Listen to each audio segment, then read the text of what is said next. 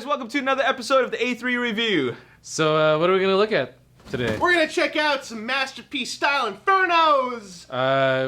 I guess we're going to look at some Infernos. I guess so, alright. What else are we going to look at? Tyrantronuses! And some Tyrantronuses.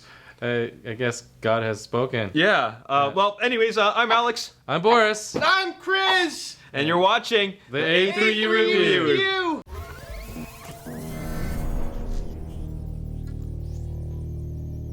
Okay, guys, we're gonna make our first segment about the Mastermind Reformatted Tyrantron. What a name, eh? Wow, you got that. That's awesome. Yeah. Got that all strung on. It actually flowed really nice. Yeah. Good.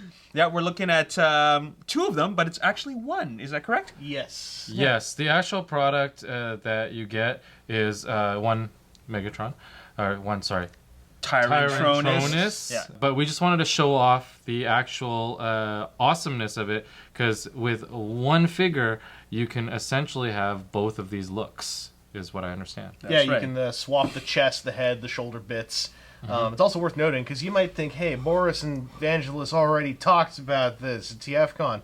The one at TFCon was missing a lot of components.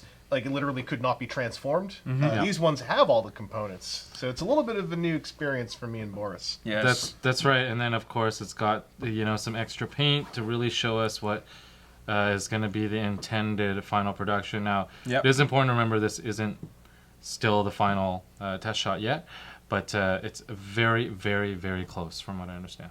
Yeah. Well, it's looking good for a test shot, and I can't imagine how much more it will change other than just some, like, paint apps. That's about it? Yeah, pretty much. At this point, the transformation is set.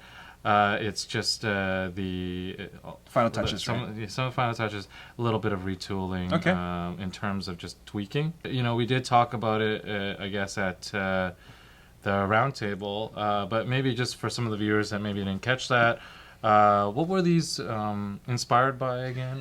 These are heavily inspired by the often drawn by Alex Milne design that featured heavily in Season 2 of More Than Meets the Eye of IDW Comics. The minor Megatron is very much drawing from his look in Megatron Origins, which was, if I recall correctly, the first IDW Transformers release, kind of a carryover from Dreamwave, also Alex Milne drawn.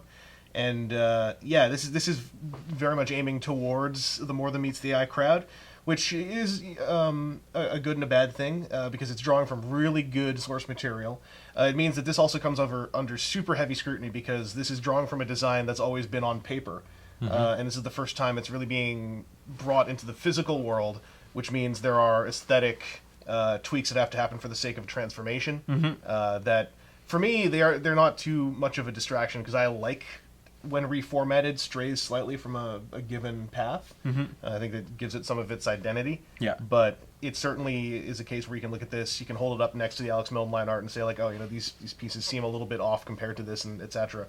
So it's aimed towards the fans who would do that. Yes. Yes. And I think the face sculpt is probably the highlight. Like, it really captures that Alex Milne kind of somewhat pointy nose face. Yeah, I agree. And seeing it in 3 dimensions is very cool.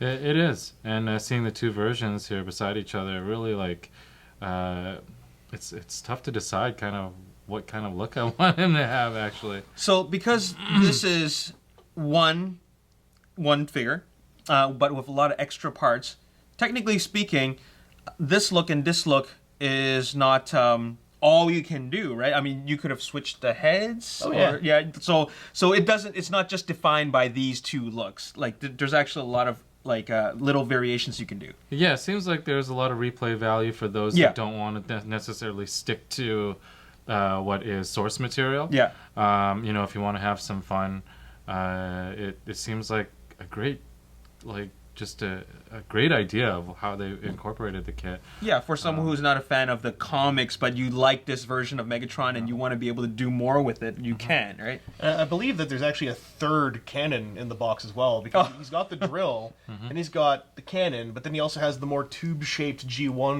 cannon. Okay, all right. So there is kind of like a 2.5 layer of aesthetic tweakability.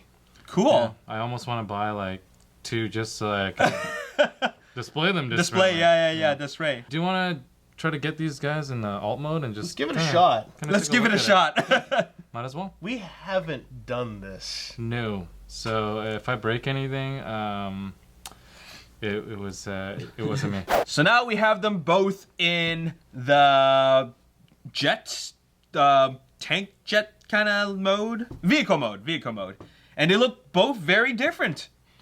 Yeah, it's amazing what a few little parts can do to the feel. Yeah. Of a character. Yep. And even in the alt mode, it kind of comes through. Yeah, they make use of like the most obvious things, like this version switches out these plates for wings. Yeah. So you get more of a jet look. They both parts form the cannon to be the nose cone. So they obviously having two different cannons makes for two different looking vehicles. Like if there's one thing to say, it's that this is a jet that very much looks kind of like a tank. This is a tank that kind of looks like a jet. Yeah. Pretty much. It would have been neat if the drill accessory had been able to compress slightly just to change the silhouette a bit more. But like, for a figure that's a sort of a base body kit with other pieces coming onto it, they're making the most of the space they're operating in. Yeah. The actual transformation, speaking as two people who had never done it, I found it, once I realized the spring-loaded button on the legs, there's a little spring-load catch that allows you to slide the legs up. Very cool. That made it make a lot more sense to me. It's kind of basic, but pretty cool and satisfying in that the arms and backpack just come back here, the legs compress, they all go together, and then you've got this sort of mass back here, and then you clean up the front by adding an accessory to the nose cone area. Yeah, and no over-engineering of unnecessary parts that I've definitely was, I was almost expecting when I saw the backpack come off and everything. Yeah, I was ready for like, okay, 180 and then these little bits and but there's like tabs and slots for everything. Like since we didn't have instructions, I think we did a pretty good job getting all this together. We finished this right before a picture of them got to us. Yeah, and then we're like, oh yeah, kind of looks like we did it right. Yeah. I like the little, just the little details of the things tucking into the right place. The little slide here to kind of I can cover that gap. I can show that here. Like this. There you go. slides Yeah. back like that, and then matches the angles. To a degree. Yeah. Yeah, I think that's a good little touch that could have easily been forgotten a little bit. But on the back here, there's like some thruster detail inside on the bottom of the foot, so you can have these panels move to reveal it a bit more for, say, the jet mode. Yeah. Or close it up a bit more on the tank mode. Very cool. You also get a spare lightsaber. yes, yes, we do. Yeah. When can we expect these guys to be up for pre-order? Yeah. When can we expect these guys to be up for pre-order? I'm hoping very soon. If not, like, it actually might even be on pre-order now. All right. Yeah, by the time this releases, so I'm crossing my fingers that's the truth. But in the state that they're in, I don't see them very far from being ready, anyways. So there you have it, a good a preview of basically I think what's almost complete. Yeah. Yep. So that is our first impressions of the Mastermind Creations Reformatted Tyrantron.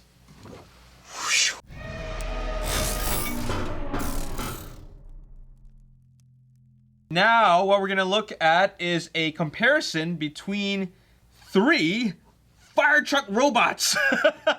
Here we have Ocular Max Backdraft, and of course the newly released masterpiece Inferno from Takara, and now there's also the MakeToys Hellfire. That is right. Man, can't keep up with all of these guys. There are a lot of burly red robot men on this table. Yes, they're all red and white and a little bit of black. I believe with the Backdraft, I just have this on this side, but both. Yeah, he's got a cannon inside each forearm. Yeah. He can kind of do that. Something that these two actually are missing. So that's the weird thing about Masterpiece Inferno is he can do it on that one arm, because in the animation he only ever had it on the one arm. That's right. Since in the animation he didn't have it in this arm instead has storage for 2 of his radar pieces on the inside of it. Yeah. The animation side of this Masterpiece figure goes to insane lengths. I mean, everyone knows about this now, but check out what's not there on his back. Yes. Right? Yeah. I've actually had people, so if you bought this from, any of your retailers, that is not a warranty issue. Yeah. You'll soon figure out that if that gap wasn't there, you will not be able to retract the hose. There's a gap in this elbow only, which allows for the tip of that nozzle to protrude out there, but then it also sucks up into the bicep when you straighten the arm. Yeah. This is like so lovingly, strangely crafted around an animation model that was faulted because the original animators only were given front shots of the new toys in season 2, and they couldn't see the ladder. So when they designed the model, they assumed there was no ladder on his back. So can you imagine a world we'd be in if they had seen the back of the toy 30 years ago? This wouldn't even happen. This wouldn't be a thing. Yeah.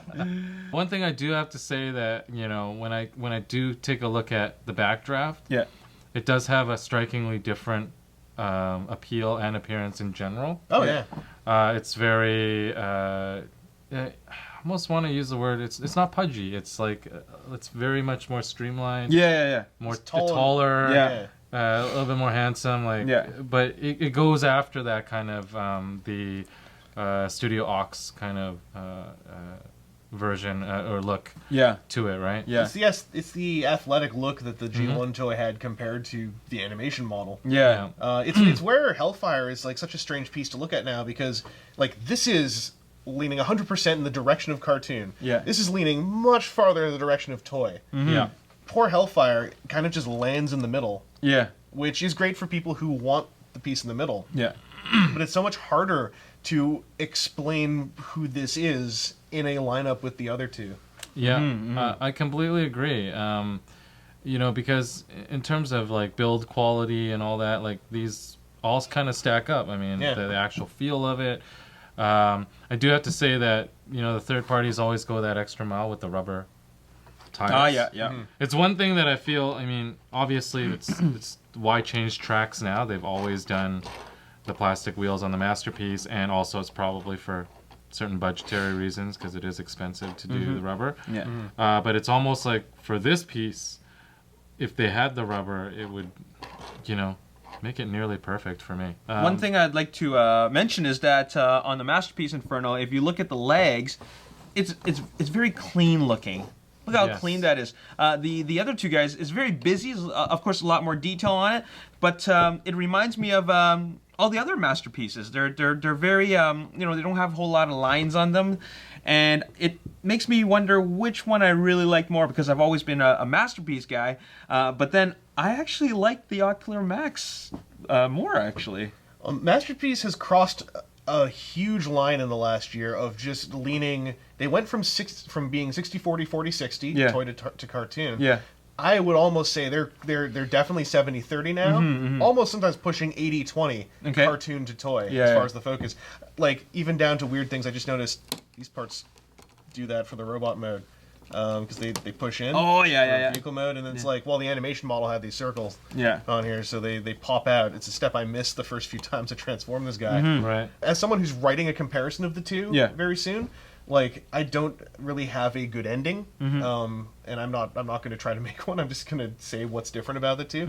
But it's a discussion I've seen online where people are starting to realize how much cartoon Masterpiece has become. That pieces like this, you have arguments where people don't even know why they're arguing sometimes. Yeah. It's like, well, why do I feel? How are we disagreeing so vehemently on these two toys? Yeah. When back in the day, it was a much more clear-cut thing.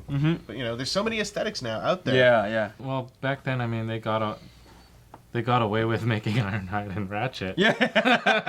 Like the toys that they are compared to the. I mean, I say that because I still had a lot of fun with Ironhide and Ratchet as a toy, and I still remember the first time I played with those things, and I was like, this is totally not like what I'm watching, but I really love it as a toy. I really love it. And now you're left with the current market, so many decisions. And honestly, like speaking for myself, when someone is going to say, "Well, I'm looking at these three Infernos. What should I do?"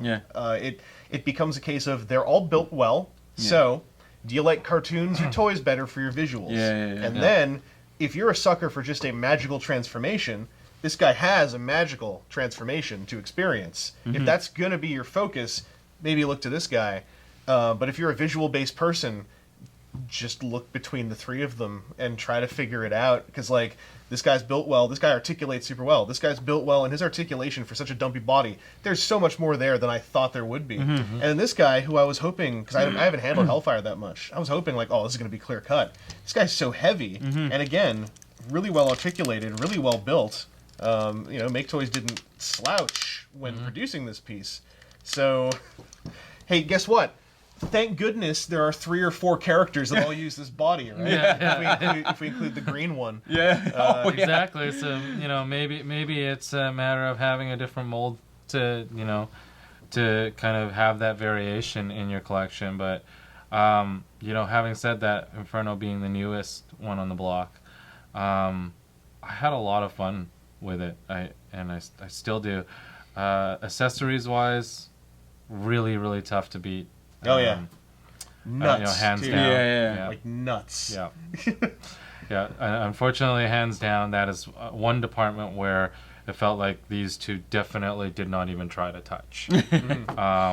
Which it's fair. I mean, it hasn't been the tone necessarily of the third party, but it has been kind of almost an expectation now with the Masterpiece line, which is the one major crit I have on Inferno. That's a lot of vowels and ends.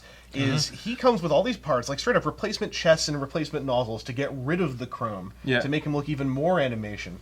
This chrome piece up here is pinned in. You can't switch that. Right. Like, I prefer him without the chrome parts, given how he looks. Yeah. But he's always going to have this chrome piece. And I'm kind of like, you went so far. I couldn't switch this? This is the part I can't switch? Like... Yeah, totally. So, yeah, I mean, any way you cut it, great figures, but, now you have a very tough decision ahead of you.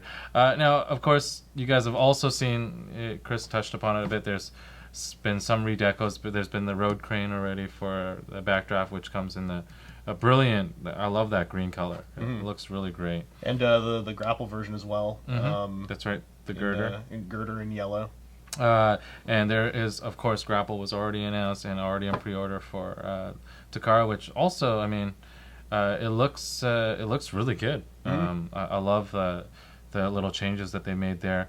And of course, for all of you guys that have just seen recently, Artfire has also been announced by Takara, which is an interesting piece because I actually quite love the deco on Artfire and the whole Target Master thing. We had the fortune of getting kind of a prototype of the Ocular Max Artfire redeco. I think it's called the Kojin. Let me get this straight. So it was from the Headmaster line? Yeah, I believe it was in that specific line, Zahed Domasutaz, that Stepper and Artfire came out, because they're armed with Target Masters, which was one of the gimmicks debuted in that lineup.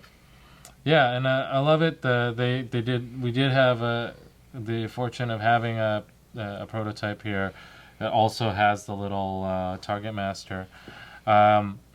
So for those who want kind of a different mold, haven't maybe handled Backdraft yet, maybe this offers an opportunity to get something in a different deco and also try out a new mold. I do know that this will be going up for pre-order.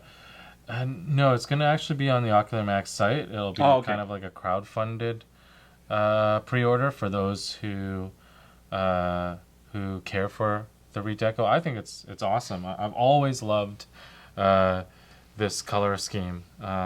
It looks really great with the white and it looks good. The red. And then, of course, I'm a sucker for the Target Master. The tiny Target Master he comes with is imminently posable in a way that makes me feel really good. A transformation joint gives you a torso crunch.